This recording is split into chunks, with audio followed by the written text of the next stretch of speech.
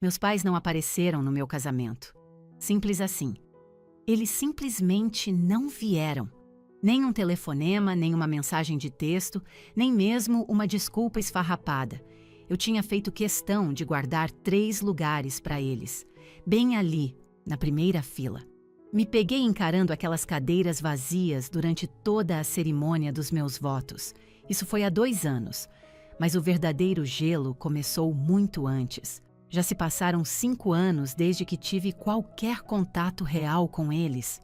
Então, na semana passada, compartilhei uma foto no meu Instagram. Era o meu carro novo. Um Aston Martin Vantage cinza chumbo. Um carro de mais de R$ 1,5 milhão. Foi um presente para mim mesma, pago pela minha própria empresa. 3 dias depois, meu celular vibrou. Um número de São Paulo com DDD 11 que eu não reconheci. Era minha mãe. A voz dela era fina e hesitante, como se achasse que eu desligaria na cara dela imediatamente. "Maia", ela disse, "precisamos conversar. Teremos uma reunião de família amanhã." Eu não senti uma onda de raiva, nem mesmo uma pontada de tristeza. Eu apenas senti um profundo silêncio. "Tudo bem", ouvi a mim mesma dizer. Concordei em ir, mas desta vez eu não entraria como a filha desesperada pela atenção deles. Desta vez eu entraria para descobrir exatamente o que eles queriam. Antes de entrarmos na história completa, me faça um favor e curta este vídeo, se inscreva no canal e deixe um comentário me dizendo de que parte do mundo você está assistindo.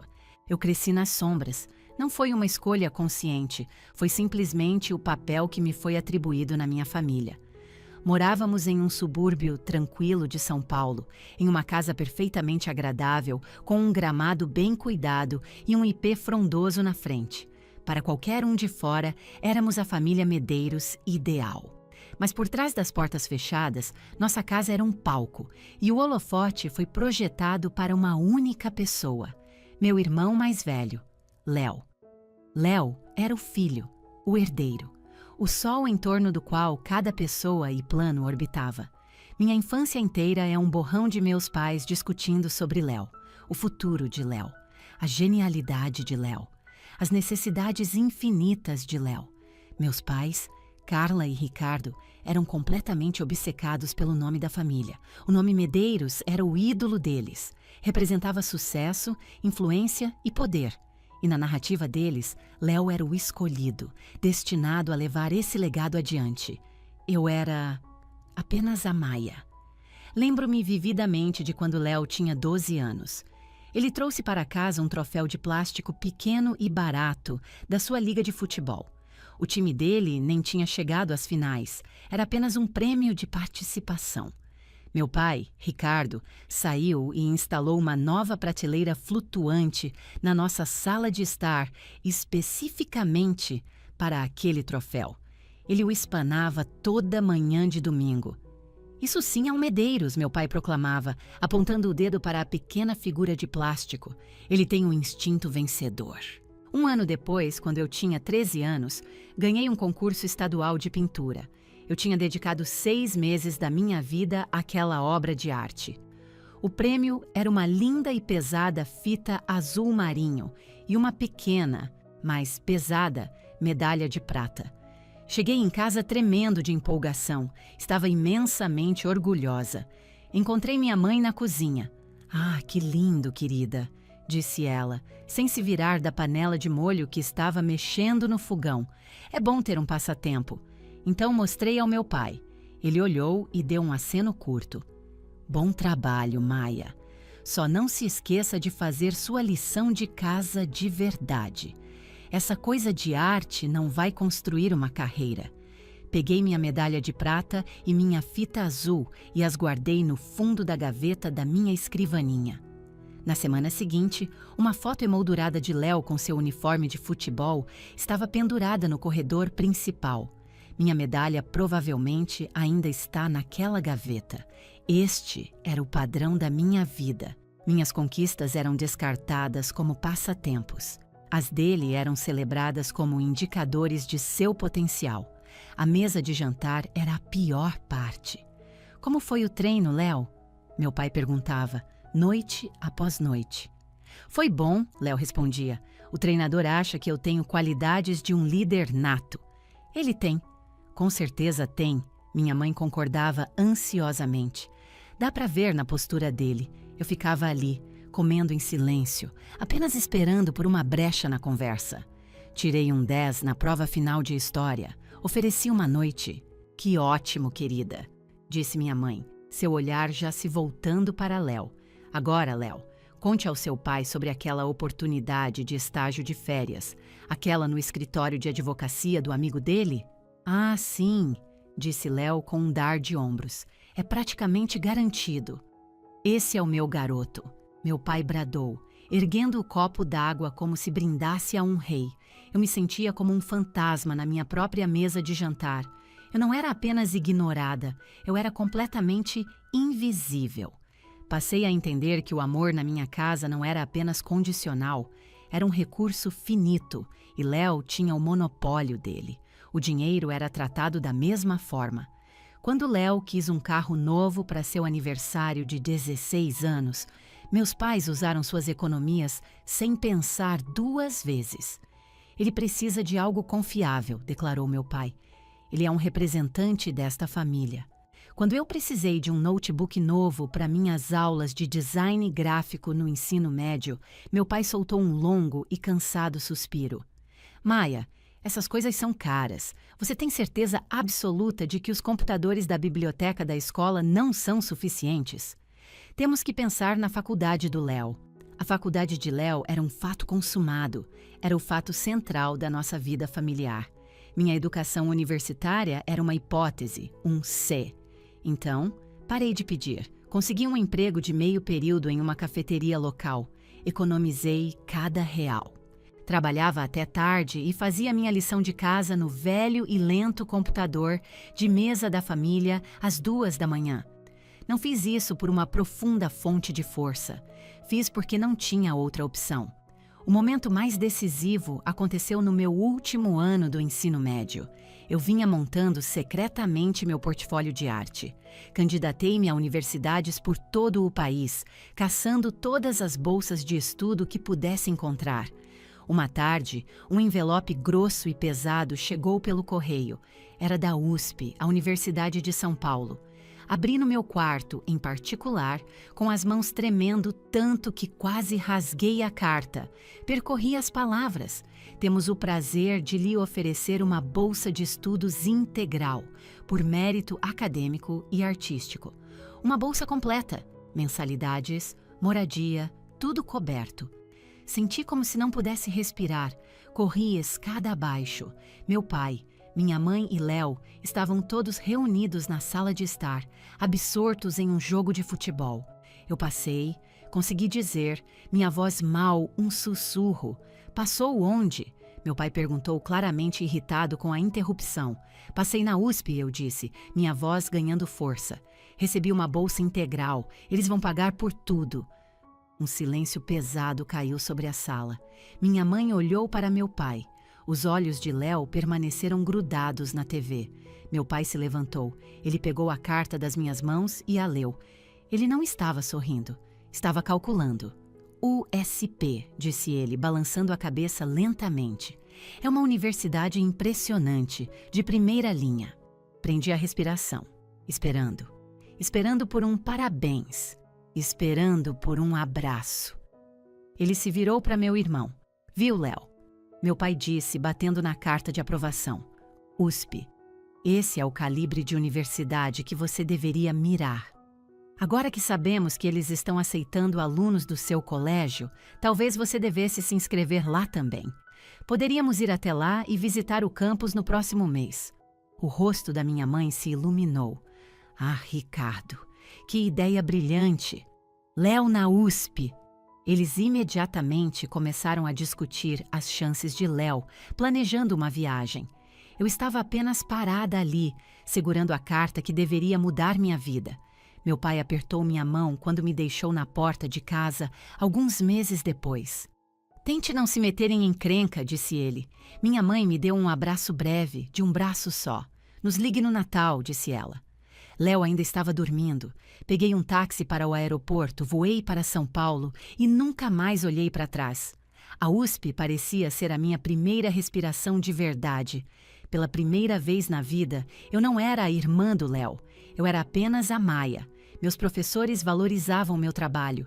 Eles nutriam meu talento. Fiz amizades verdadeiras.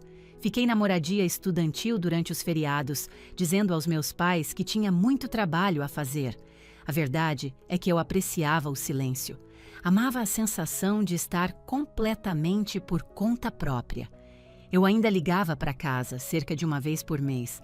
As conversas eram sempre dolorosamente previsíveis. Como você está, mãe? Ah, estamos bem, querida. Seu irmão acabou de receber outra promoção. Estamos incrivelmente orgulhosos. A empresa dele realmente o valoriza. Como vai a faculdade? Está boa. Entrei para a lista de honra do reitor. Ah, que bom. Que bom. Escuta, preciso ir. O Léo está vindo para o jantar. Falo com você em breve. Clique. Formei-me com as mais altas honras. Eles não compareceram à cerimônia. Léo, explicaram, tinha um projeto crucial no trabalho e simplesmente não era um momento conveniente para voar para São Paulo. Sentei-me com as famílias dos meus amigos, sorri para as fotografias. Senti aquela frieza familiar e arrepiante, mas tudo bem, eu estava acostumada. Depois da formatura, mudei-me para um apartamento na capital. Consegui um estágio em uma agência de design boutique. Trabalhei incansavelmente. Aluguei um apartamento minúsculo. Eu estava construindo uma vida, tijolo por tijolo, que era inteiramente minha. E então conheci Marcos Oliveira. Eu o encontrei na inauguração de uma galeria de arte. Uma amiga minha estava expondo seu trabalho. Ele estava parado em frente a uma pintura e ele estava apenas olhando para ela, olhando de verdade. Começamos a conversar. Ele era gentil, inteligente e centrado. Era arquiteto. Mas a coisa mais significativa sobre ele ouvia. Quando eu falava, ele olhava diretamente para mim. Ele fazia perguntas de acompanhamento. Ele se lembrava das coisas que eu lhe contava. Em nosso terceiro encontro, finalmente contei a ele sobre minha família. Contei sobre Léo. Contei sobre os troféus e as bolsas de estudo ignoradas. Quando terminei, ele apenas olhou para mim por um longo momento. Isso deve ter sido, disse ele, com a voz gentil, incrivelmente solitário. Quase comecei a chorar ali mesmo, no meio do restaurante. Ele não disse que terrível. Ele não disse seus pais são horríveis. Ele apenas viu o sentimento por trás da história. Ele me viu. Um ano depois, ele me pediu em casamento. Estávamos na praia, o vento soprando ao nosso redor. Foi simples e foi perfeito. Eu disse sim. Fiquei tomada de felicidade. Senti-me vista, senti-me amada.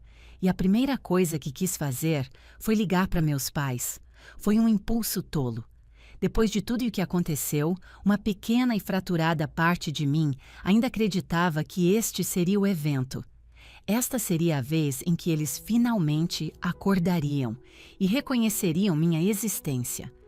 Liguei para minha mãe, com o coração batendo forte. Mãe, eu disse com um sorriso na voz, tenho notícias incríveis. Marcos e eu estamos noivos. Vamos nos casar. A linha ficou em silêncio absoluto. Pude ouvi-la respirar fundo, de forma prolongada. Ah, disse ela, com a voz completamente sem emoção. Bem, isso é rápido, não é? Você tem certeza do que está fazendo? O sorriso desapareceu do meu rosto. Sim, mãe, tenho certeza. Estamos planejando um casamento para outubro. Outubro, ela repetiu. Nossa, Maia, esse é um mês muito agitado para o seu irmão. A empresa dele tem sua principal gala de caridade todo mês de outubro. É crucial para a carreira dele. Nós vamos tentar, querida. Teremos que ver o que podemos fazer. É o meu casamento, eu disse com a voz baixa. Eu sei. Mas o Léo realmente precisa do nosso apoio. Vamos tentar. Apenas nos mande o convite. Enviamos o convite. Um design lindo e minimalista que eu mesma criei. Liguei para confirmar. Meu pai atendeu. Recebemos, Maia. Mas como sua mãe mencionou, o evento do Léo é no mesmo fim de semana. Somos uma família. Temos que nos apoiar. Eu sou da família, sussurrei. Ele suspirou. Aquele suspiro longo e cansado que ele sempre usava quando eu estava sendo difícil.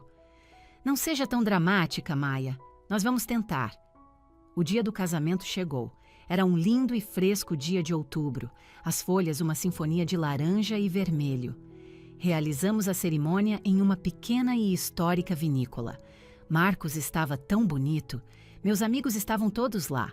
A família dele estava lá, envolvendo-me em calor, abraçando-me, chamando-me de filha. Arrumei-me em um pequeno chalé na propriedade. Minha madrinha, Clara, estava me ajudando com o vestido. Meu celular estava na cômoda completamente silencioso. Nenhuma ligação, nenhuma mensagem de boa sorte. Nenhum estamos a caminho, apenas nada. Peguei-o, minhas mãos surpreendentemente firmes. Abri uma conversa em grupo para minha mãe, meu pai e meu irmão. Digitei: tem um lugar esperando por vocês na primeira fila. Vou me casar em 10 minutos, eu amo vocês. Pressionei enviar. O recibo verde de entregue apareceu. Ninguém tinha lido. Maia, disse Clara gentilmente. Está na hora. Eu assenti. Deixei o celular de lado. Peguei meu buquê. Caminhei até o altar. A música cresceu. Vi Marcos, seus olhos brilhando de lágrimas. Eu sorri, e então meu olhar se desviou para a primeira fila. 3 cadeiras vazias. Elas estavam decoradas com laços brancos, com os programas cuidadosamente colocados nos assentos. 3 espaços vagos onde minha família deveria estar. Continuei andando.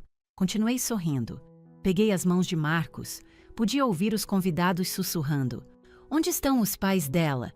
Que triste. Ouvi um comentário claramente. Ela é tão forte. Eu não era forte. Eu estava anestesiada. Eu estava simplesmente acostumada a ser esquecida. Isso não era uma ferida nova. Era apenas o corte final, o mais profundo. Eles não se atrasaram. Não ficaram presos no trânsito. Eles simplesmente fizeram uma escolha. Eles escolheram o evento de trabalho de Léo em vez do casamento de sua única filha. Eu disse meus votos. Eu disse, sim, aceito. Beijei meu marido. Na recepção, todos estavam dançando. Cortamos o bolo. Foi uma ocasião alegre e feliz, mas no fundo da minha mente, eu ainda podia ver aquelas cadeiras. Minha madrinha, Clara, levantou-se para fazer seu brinde. Ela ergueu a taça. Conheço a Maia há 10 anos, começou ela.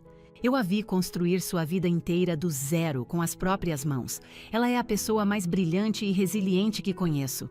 Ela merece o mundo. Ela olhou diretamente para mim.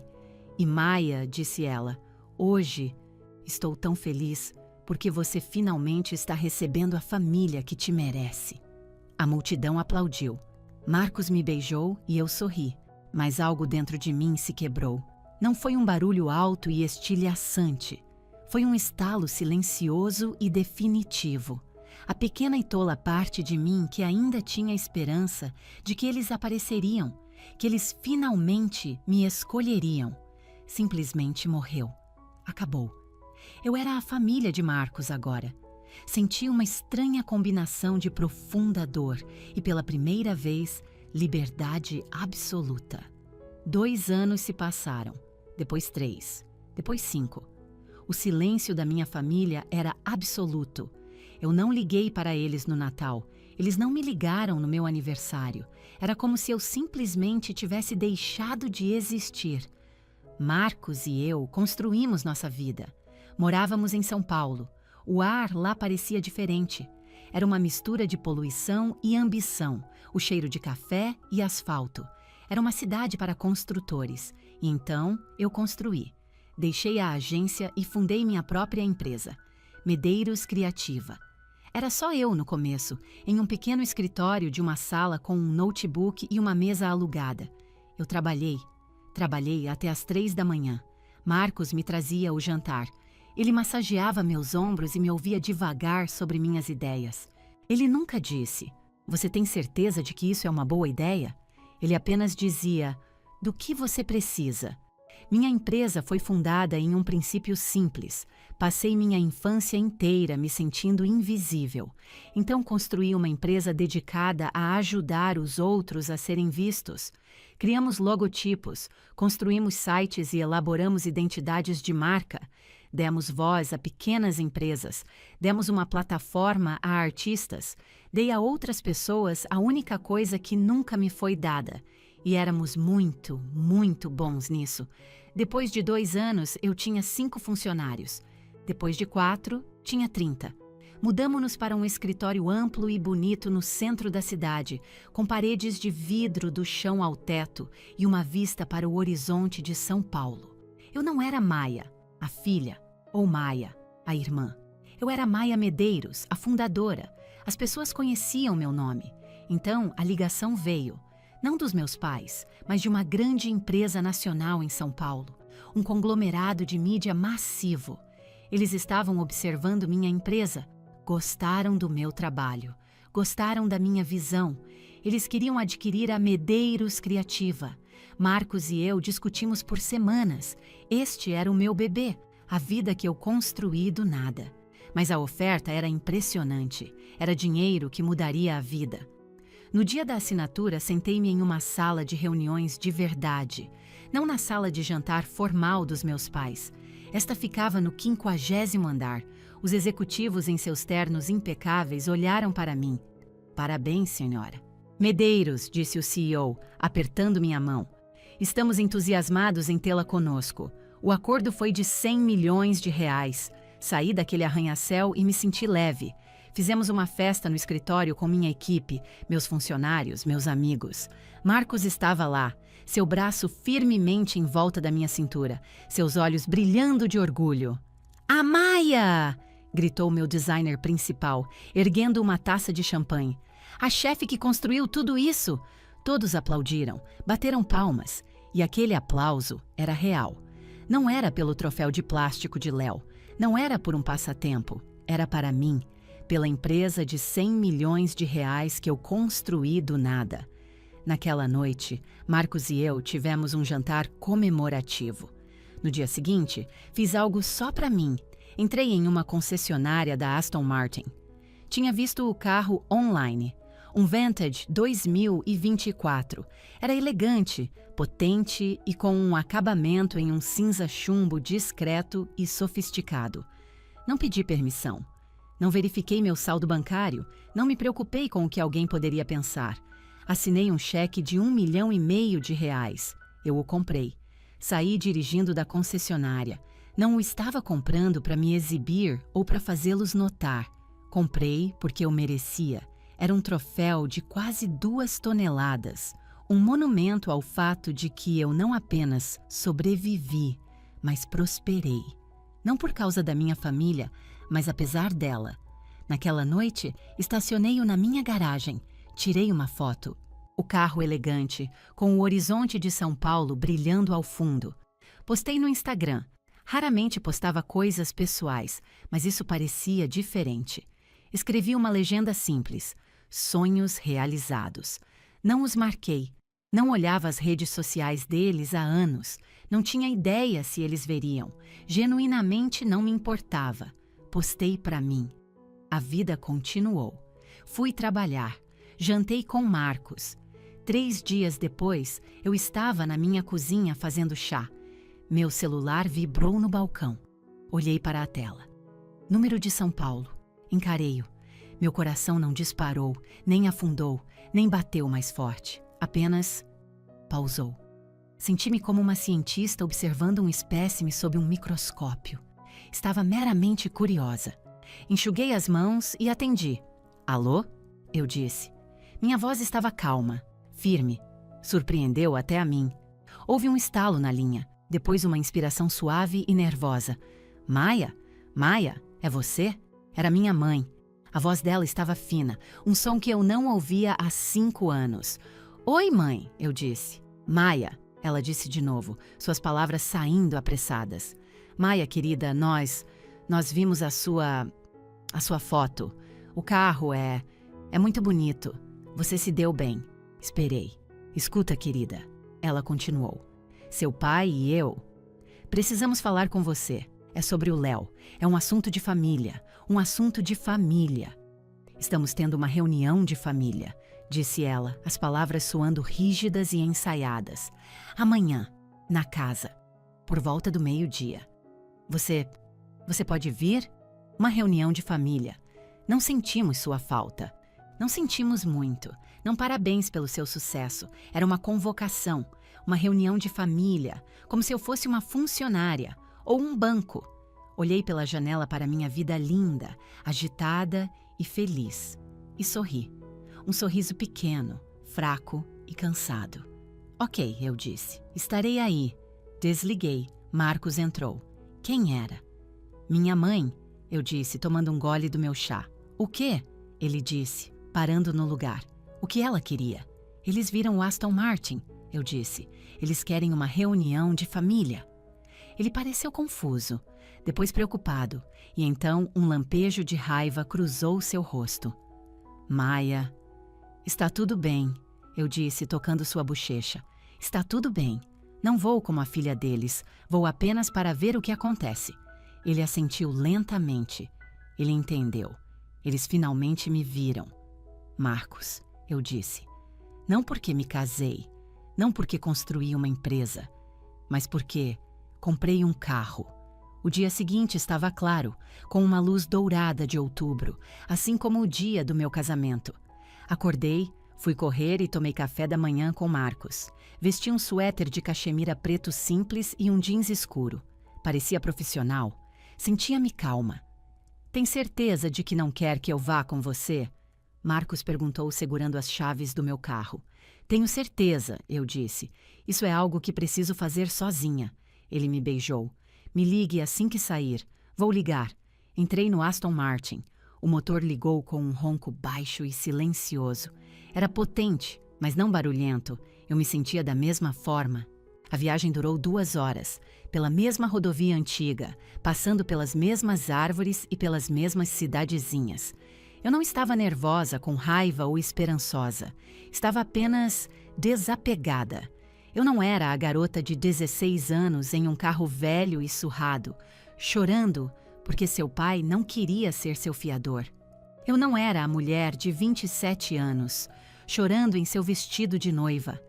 Eu era uma mulher de 34 anos, dirigindo um carro de R$1,5 milhão que eu comprei com meu próprio dinheiro. Não estava voltando para implorar por migalhas de afeto. Eu era uma visitante, uma turista. Virei na minha antiga rua. O bairro parecia idêntico, mas parecia estranho. A casa parecia menor. A pintura estava descascando um pouco ao redor das janelas. O gramado estava alto. Apenas parecia cansada. Entrei na garagem. Meu carro parecia uma nave espacial estacionada ao lado do sedã de 10 anos do meu pai. Desliguei o motor. O silêncio era denso. Fiquei sentada por 1 minuto inteiro, apenas respirando. Vi a cortina da janela da sala se mexer. Eles estavam observando, esperando. Eu saí. Não olhei para a casa. Apenas caminhei pelo caminho e toquei a campainha. Um momento depois, a porta rangeu ao abrir. Era minha mãe, Carla. Ela parecia mais velha. Seu cabelo estava mais ralo, mais grisalho. Seus olhos se moviam nervosamente e seu olhar fez exatamente o que eu sabia que faria. Não encontrou meu rosto. Não olhou para mim. Seus olhos passaram direto por mim, por cima do meu ombro para a garagem. Para o carro. Ela o encarou.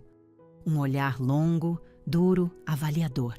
Como se estivesse avaliando um ativo. Maia, ela disse com a voz tensa. Você se deu bem na vida. É bom te ver também, mãe.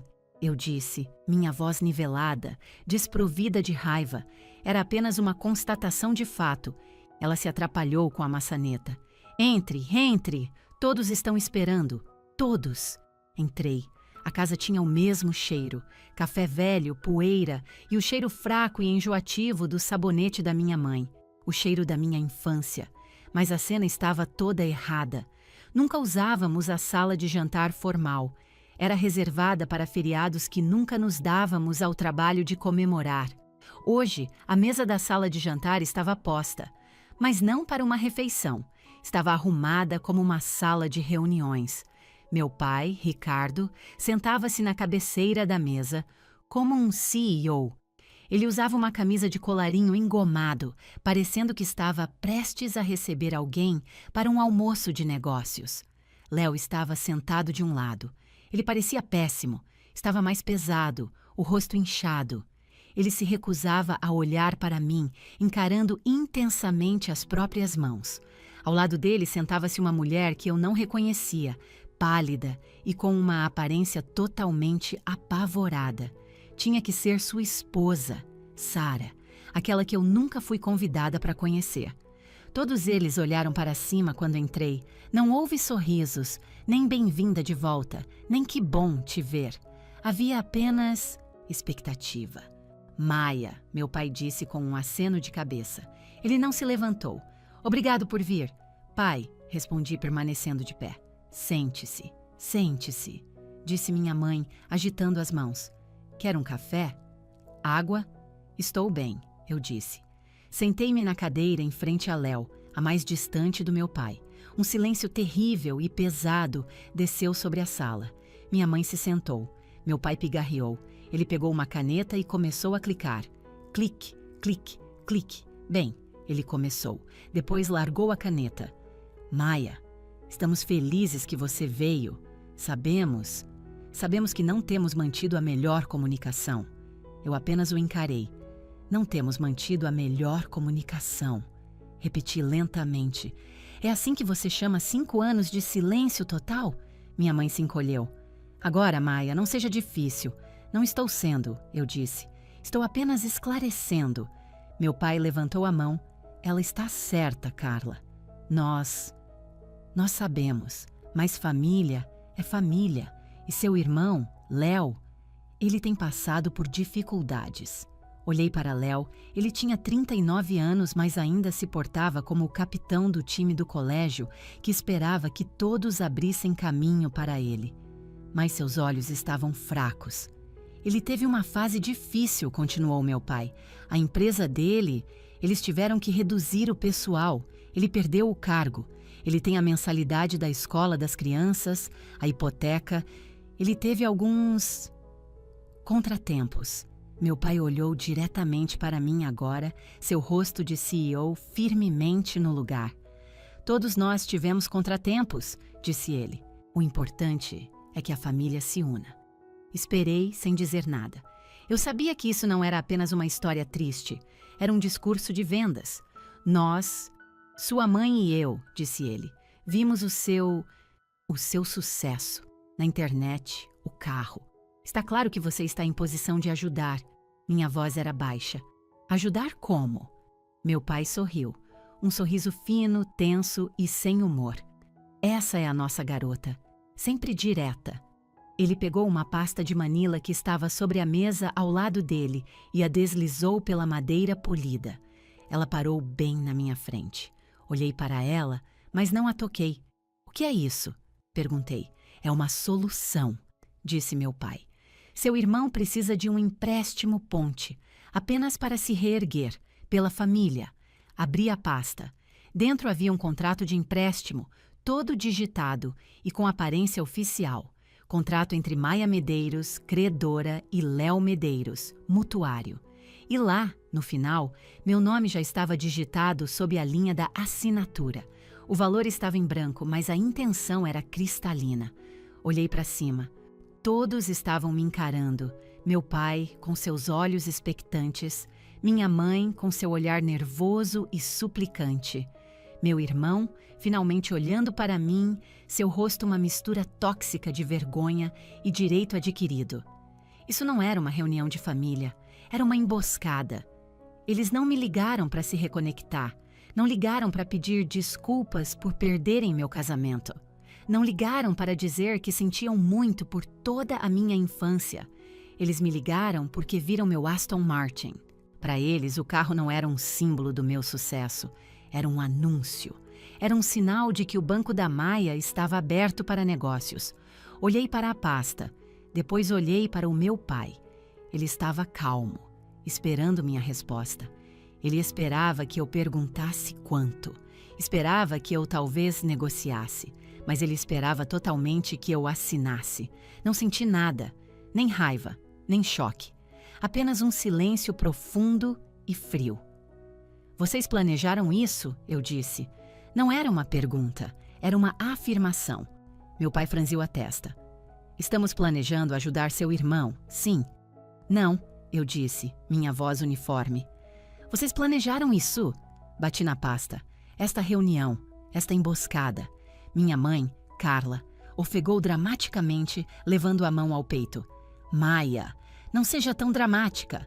Não estamos te emboscando. Somos sua família. Estamos pedindo ajuda. Você está fazendo isso parecer tão feio. Feio? Repeti. Você acha que isso é feio? Léo, que estava encarando a mesa, finalmente falou. Sua voz estava carregada de ressentimento. Ah, corta o teatro, Maia, ele retrucou. Virei-me para olhá-lo. Meu irmão mais velho, o filho de ouro, ele parecia tão diminuído. Que teatro, Léo? Isso, todo esse teatrinho de vítima, disse ele, acenando com a mão de forma desdenhosa para mim. Como se você fosse muito melhor que a gente. Você tem seus milhões, tem seu carro chique. A gente entendeu. Você posta para o mundo inteiro ver. Você não é melhor que a gente. Você ainda é uma Medeiros. Ele se inclinou para frente, o rosto ficando vermelho. Você finalmente ganhou algum dinheiro, disse ele, com a voz baixa e ameaçadora. Agora é hora de agir como família e compartilhar. É isso que as famílias fazem. Compartilhar, eu disse. Essa é uma palavra interessante.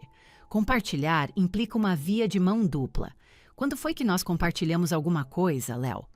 Não tenho tempo para isso, ele murmurou, recostando-se e cruzando os braços como um adolescente emburrado.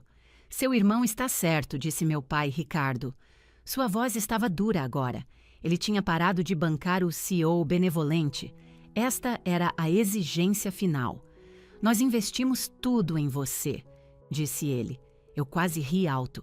Era uma mentira tão audaciosa e de tirar o fôlego. Nós te demos um bom lar, ele continuou. Nós te mantivemos segura. Investimos na sua educação. Pagamos por tudo para você chegar onde está. Uma família é um investimento, Maia. Vocês investem uns nos outros. Nós investimos em você e agora é a sua vez de retribuir. O silêncio na sala era absoluto. Eles haviam jogado sua última carta, a carta da culpa, a carta do fizemos tudo por você. E era tudo uma completa invenção. Eu ri então.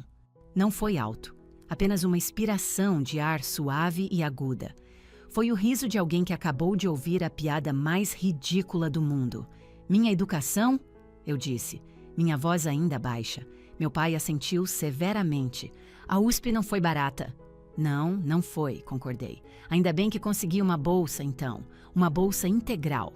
Aquela para a qual me inscrevi no meu quarto às 2 da manhã enquanto vocês dois dormiam. Aquela que vocês nem se deram ao trabalho de ler antes de eu enviar. O rosto da minha mãe ficou branco. Maia, isso não é... Não é o quê? Perguntei. A verdade?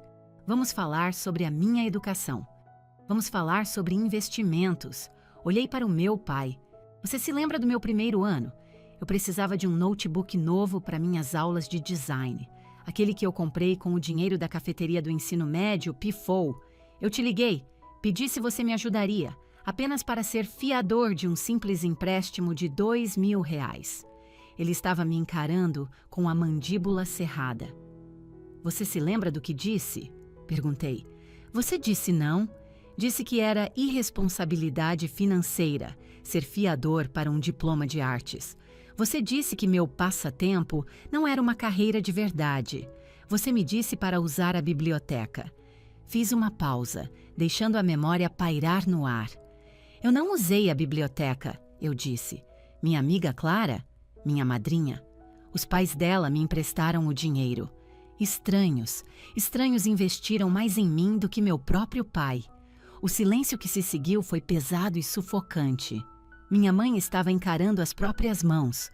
Léo estava encarando a parede. Meu pai parecia furioso. Ele estava com raiva por eu me lembrar. Esperei, deixando-os sentar na verdade do que eu acabara de dizer. Então me inclinei para frente. Eu tenho uma pergunta, e eu disse. Não é sobre dinheiro. Não é sobre empréstimos. É uma pergunta simples, e eu quero uma resposta honesta. Todos olharam para mim, encurralados. Onde vocês estavam no dia do meu casamento? Minha mãe se encolheu como se tivesse sido atingida. Ela começou a falar. Maia, nós te dissemos, O Léo tinha... Não, eu disse, minha voz afiada. Eu quero ouvir dele. Olhei para meu pai. Ele se endireitou, o rosto uma máscara de autojustiça. Era uma grande oportunidade de networking para o Léo, disse ele, com a voz fria e final.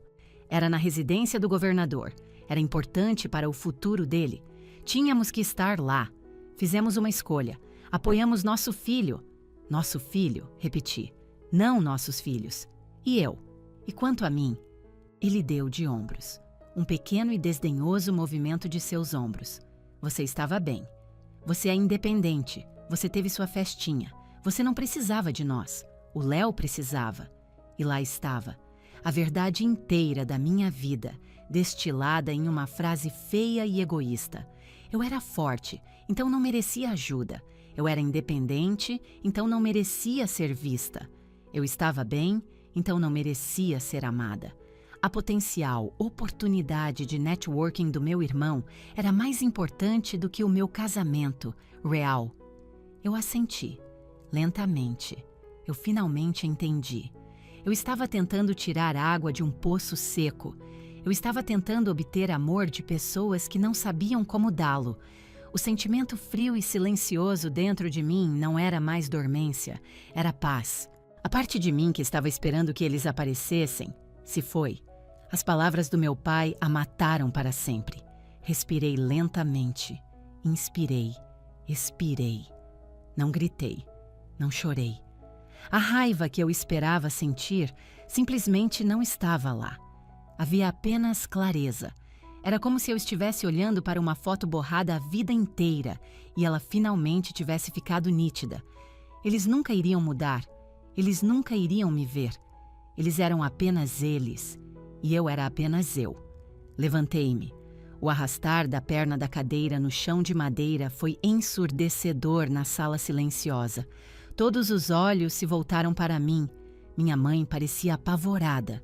Meu pai parecia irritado, como se eu estivesse quebrando as regras de sua reunião. Não olhei para eles. Virei-me e caminhei até a grande janela da sala de jantar com vista para o quintal. O velho balanço ainda estava lá, aquele que meu pai e Léo construíram em um fim de semana. Lembro-me de querer ajudar. Meu pai me mandou entrar para não atrapalhar. Agora as cordas estavam puídas e a tinta vermelha dos assentos estava descascando, revelando a madeira cinza por baixo. Estava quebrado, um fantasma de uma memória. Eu costumava sentar naquele balanço, eu disse, minha voz calma, falando para o vidro. Eu sentava lá e esperava vocês voltarem dos jogos de futebol do Léo. Eu esperava por horas. Maia, minha mãe começou, sua voz trêmula. Continuei falando. Vocês perderam todos os marcos, todos eles. Virei-me para encará-los. Eles pareciam tão pequenos, sentados naquela mesa grande e vazia. Você perdeu minha formatura do ensino médio, eu disse, olhando para meu pai. Você disse que a viagem era muito longa e que tinha uma reunião cedo no dia seguinte. Então eu dirigi sozinha. Você perdeu minha primeira grande exposição de arte na faculdade, eu disse, olhando para minha mãe. Aquela onde ganhei a bolsa. Você disse que tinha um jantar com um cliente que simplesmente não podia perder. Vocês perderam minha formatura na USP, continuei. Minha voz um ritmo constante e factual, com louvor. Vocês disseram que o Léo tinha um grande projeto no trabalho e que toda a família precisava estar lá para apoiá-lo enquanto ele terminava. Voltei para a mesa. Vocês perderam a minha vida, eu disse. Vocês perderam tudo, porque nunca era conveniente. Olhei para os papéis do empréstimo, a pasta com meu nome já digitado. Mas agora, eu disse, agora eu tenho um carro de R$1,5 milhão. Agora eu tenho R$100 milhões. E de repente, eu sou muito conveniente. O rosto do meu pai estava um tom escuro de vermelho. Cuidado com o seu tom. Não, eu disse, não alto, apenas firme. Cansei de cuidar do meu tom. Cansei de ficar quieta. Cansei de ser o fantasma nesta família. Peguei a pasta. Não a rasguei. Não a joguei. Simplesmente a coloquei de volta na mesa, bem na frente do meu pai. Deslizei-a de volta para ele. Vocês querem uma resposta? Eu disse. Vocês terão uma. Minha mãe se levantou. Maia, por favor, ela implorou. Ele é seu irmão. Esta é sua família. Não. Não torne isso mais difícil do que precisa ser. Suas palavras me atingiram. Não torne isso mais difícil. Olhei para ela. Olhei de verdade para ela. Seus olhos nervosos, suas mãos trêmulas. Uma mulher que passou a vida inteira se encolhendo, tudo a serviço do meu pai e do meu irmão. Mais difícil? Eu disse. Já é difícil, mãe. Tem sido difícil por 34 anos. Foi difícil quando eu tinha 13 anos, guardando minha própria medalha de arte em uma gaveta, porque não era o troféu do Léo. Foi difícil quando eu tinha 27 anos, de pé sozinha no meu vestido de noiva, encarando 3 cadeiras vazias. Fiz uma pausa. Já é difícil, eu disse, minha voz mais suave agora. Você só nunca percebeu. Peguei minha bolsa e caminhei até o hall de entrada. Maia! Meu pai gritou da sala de jantar. Você não vira as costas para esta família. Você não vira as costas para mim. Virei-me na porta da frente. Ele estava parado no arco, o rei de um castelo muito pequeno e triste. Você está certo, eu disse. Eu não estou virando as costas. Bom, disse ele, assentindo, um olhar de alívio passando por seu rosto.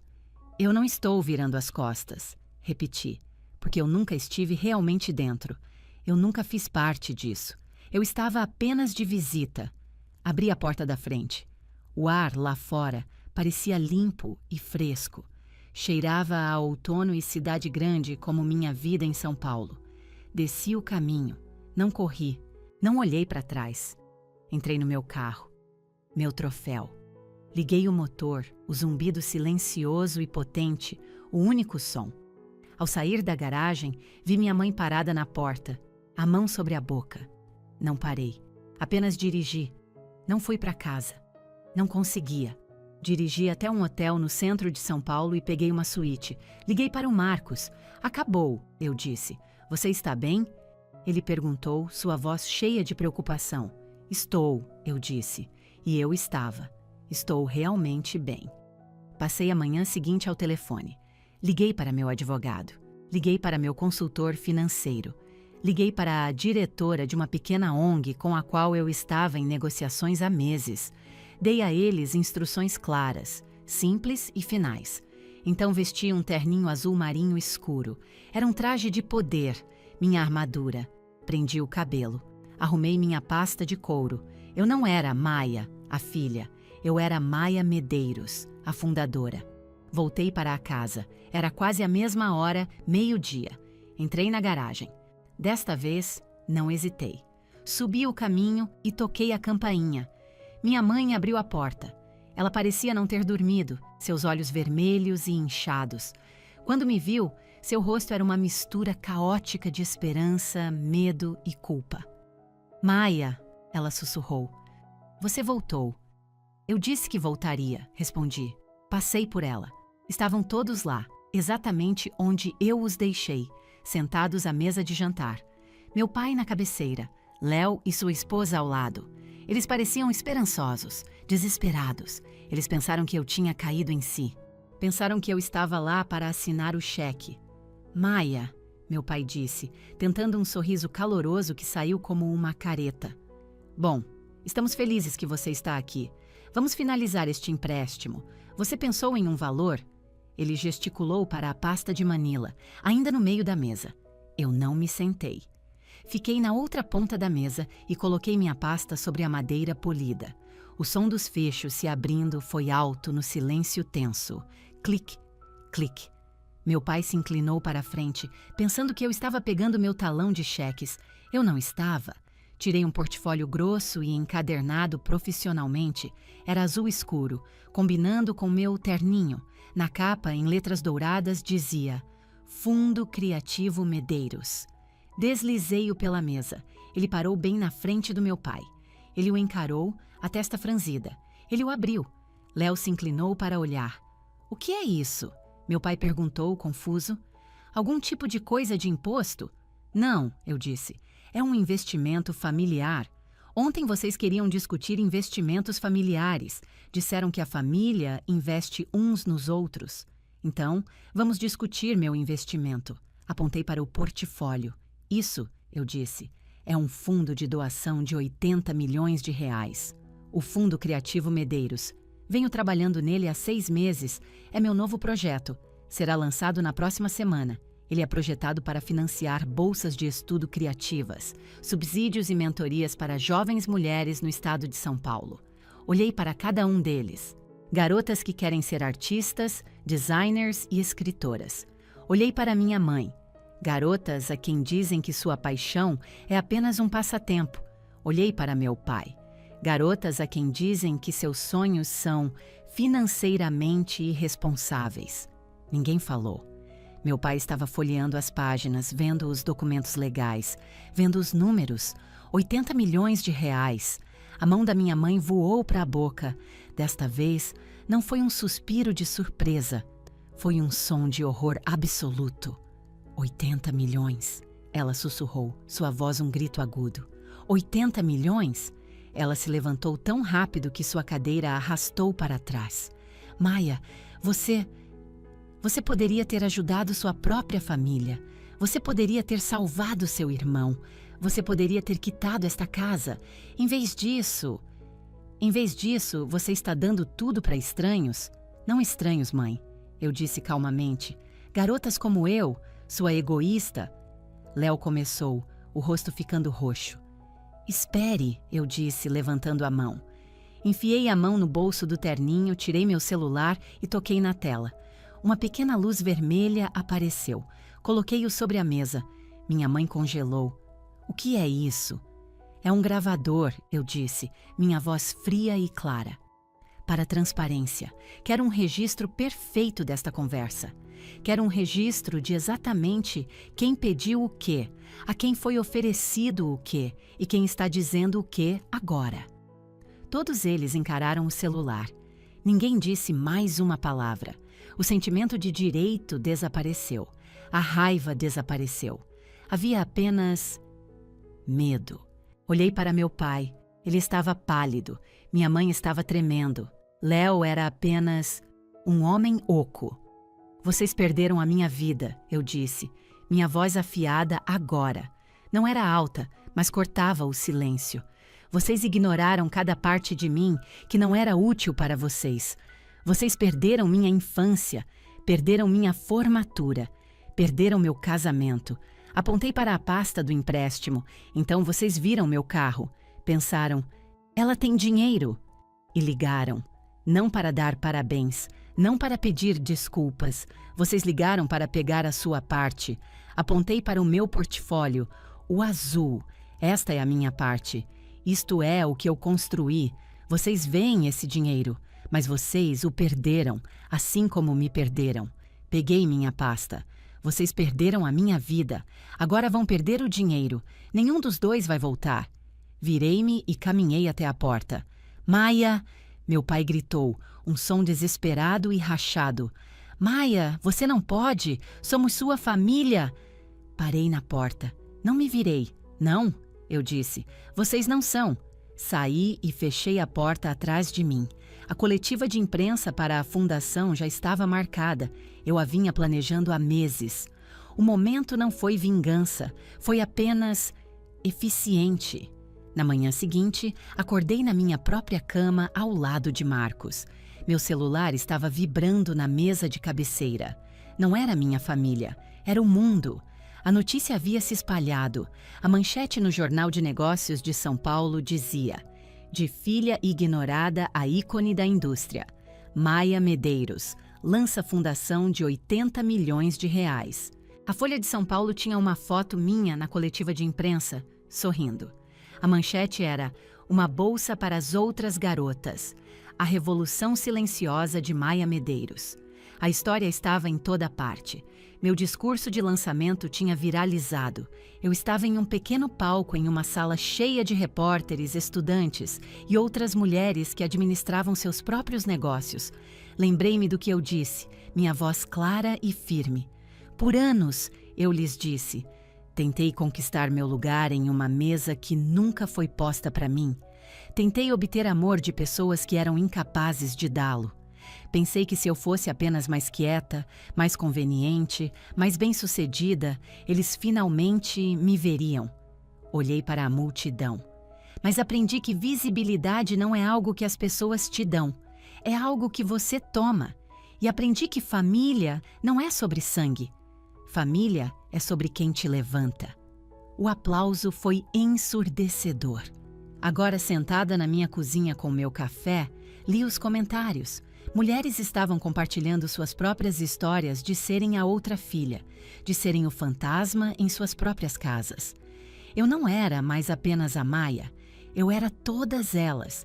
Senti uma paz profunda e intensa. Naquela tarde, eu estava no meu escritório. Ainda mantinha um papel de consultora na empresa que adquiriu a minha. Estava em uma sala de reuniões com paredes de vidro quando minha assistente, Sara, me ligou no ramal, sua voz aguda e nervosa. Maia, você precisa vir para a recepção, agora mesmo. Franzi a testa, terminei minha reunião e saí. Através das enormes portas de vidro da recepção do prédio, eu os vi. Minha mãe, meu pai, Léo. Eles pareciam desgrenhados, seus rostos contorcidos de raiva.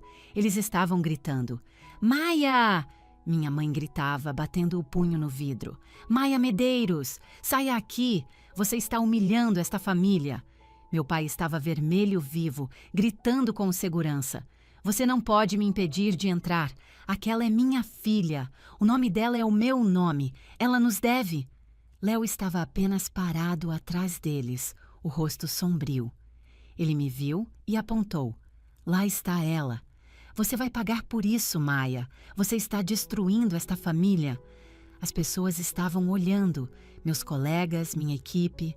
A recepção inteira estava em silêncio, assistindo àquele espetáculo horrível. Eu apenas me senti cansada. Não saí, não me escondi. Caminhei calmamente até a recepção do prédio e peguei o telefone da segurança interna. "Marcos", eu disse, minha voz perfeitamente nivelada. "Aqui é Maia Medeiros. Meus parentes estão aqui causando um distúrbio. Por favor, os acompanhem para fora da propriedade." O segurança olhou para mim para confirmação. Eu assenti. "Ninguém toca neles", eu disse, minha voz firme, mas baixa. "Não sejam rudes. Apenas os levem até o carro, educadamente." Fiquei ali e observei enquanto 2 seguranças calmos e profissionais se aproximavam. "Senhor, senhora, vocês precisam sair agora. Vocês não podem nos obrigar." Meu pai gritou. "Sim, podemos, senhor. Por favor, venham conosco." Eles foram conduzidos com firmeza, mas com gentileza. Minha mãe estava soluçando. Minha própria filha. Minha própria filha. Meu pai estava ameaçando processar todo mundo. Léo apenas parecia quebrado, derrotado. O sol finalmente havia se apagado. Fiquei na janela de vidro, observando-os entrar em seu sedã velho e cansado. Observei-os discutir, meu pai batendo no volante. Observei-os irem embora. Eu não estava triste, com raiva ou feliz. Eu estava apenas livre. O prédio ainda estava silencioso. Todos estavam olhando para mim. Virei-me para minha equipe. Respirei fundo. "Ok", eu disse. De volta ao trabalho. Enquanto me afastava, sussurrei apenas para mim mesma. Não estou abandonando minha família. Olhei para as portas da recepção. Estou me salvando. Meses se passaram. O barulho diminuiu. Minha antiga família desapareceu. Eles não ligaram. Não escreveram. Bloqueei seus números. Não mais por raiva. Fiz isso por paz. Fiz isso porque minha vida finalmente estava tranquila e eu queria que continuasse assim. A fundação floresceu. Era minha nova paixão, meu propósito. Não estávamos apenas assinando cheques, estávamos construindo uma comunidade. Realizamos workshops, organizamos jantares e conectamos jovens mulheres brilhantes com mentores. Minha vida com Marcos era boa, simples. Compramos uma casa em uma colina com vista para a cidade. Jantávamos juntos, conversávamos. Ele segurava minha mão, estávamos falando sobre ter uma família nossa. Uma nova que começasse conosco. Uma noite, cerca de 1 ano após a reunião, eu estava em um grande salão de hotel para uma gala de premiação de mulheres na liderança. Marcos estava em uma mesa na frente, radiante. Minha velha amiga Clara também estava lá. Meu nome foi chamado. Subi ao pódio e segurei o pesado prêmio de vidro. Olhei para os rostos de centenas de mulheres. Obrigada, eu disse. Esta é uma honra incrível. Fiz uma pausa, olhando para o prêmio em minhas mãos. Por anos, eu disse, implorei para ser vista. Esperei por um convite para minha própria vida. Esperei por permissão para existir. Eu me fiz pequena. Eu me fiz quieta. Eu me fiz conveniente, esperando que, se eu fosse boa o suficiente, finalmente seria amada. A sala estava em silêncio. Eu estava errada, eu disse. Amor não é algo pelo qual você implora. Visibilidade não é algo que lhe é dado. Agarrei o pódio. Cansei de ser pequena. Cansei de ser quieta. E cansei de esperar. O trabalho da minha nova vida não é ser vista, mas construir espaços para que outras sejam visíveis. Para cada garota ou a quem foi dito que sua paixão é um passatempo, isto é para você. O aplauso foi avassalador. Depois, enquanto eu saía do palco, uma jovem correu até mim. Ela tinha talvez 20 anos, segurando uma pequena câmera. Senhora Medeiros? Ela disse, sua voz tremendo. Ela estava chorando. Oi, eu disse, parando. Eu sou a Sara, disse ela. Sou uma das primeiras beneficiárias do Fundo Medeiros. Sou cineasta. Meu coração parou. Eu só precisava te conhecer, disse ela, enxugando os olhos. Eu li sua história, aquela no jornal. Minha família, eles são iguais. Eles me disseram que meus filmes eram um passatempo estúpido. Me disseram para ser enfermeira. Eles me disseram para ser conveniente. Ela estava soluçando agora.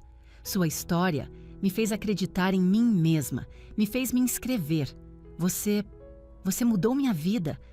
Olhei para esta garota brilhante, chorosa e corajosa. E eu me vi. Via eu de 13 anos escondendo minha fita de arte em uma gaveta. Via eu de 17 anos abrindo a carta da USP sozinha. Via eu de 27 anos encarando aquelas cadeiras vazias. Esta era minha família. Este era meu legado. Não o Léo. Não a casa caindo aos pedaços dos meus pais. Era isso. Eu sorri, um sorriso real e caloroso. Coloquei o pesado prêmio em uma mesa próxima e coloquei ambas as mãos em seus ombros. Sara, eu disse, você não precisa da permissão deles para ser brilhante. Toquei em sua câmera. Você já é. Agora vá fazer seu filme.